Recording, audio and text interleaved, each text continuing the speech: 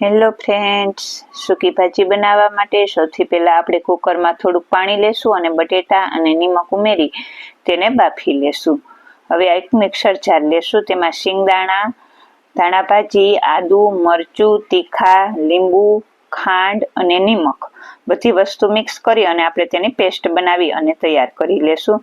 હવે આપણે એક પેનમાં તેલ ગરમ મૂકીશું. તેલ ગરમ થાય એટલે બધા મસાલા ઉમેરીશું અને જે આપણે પેસ્ટ બનાવેલી છે તે ઉમેરીશું અને તેને સાતળી લેશું. હવે પેસ્ટ સતળાઈ જાય થોડી વાર પછી આપણે જે બટેટા બાફેલા છે તેને આ રીતે કટ કરીશું અને તેને આમાં ઉમેરી તેને સારી રીતે મિક્સ કરી લેશું અને બધા મસાલા કરી લેશું.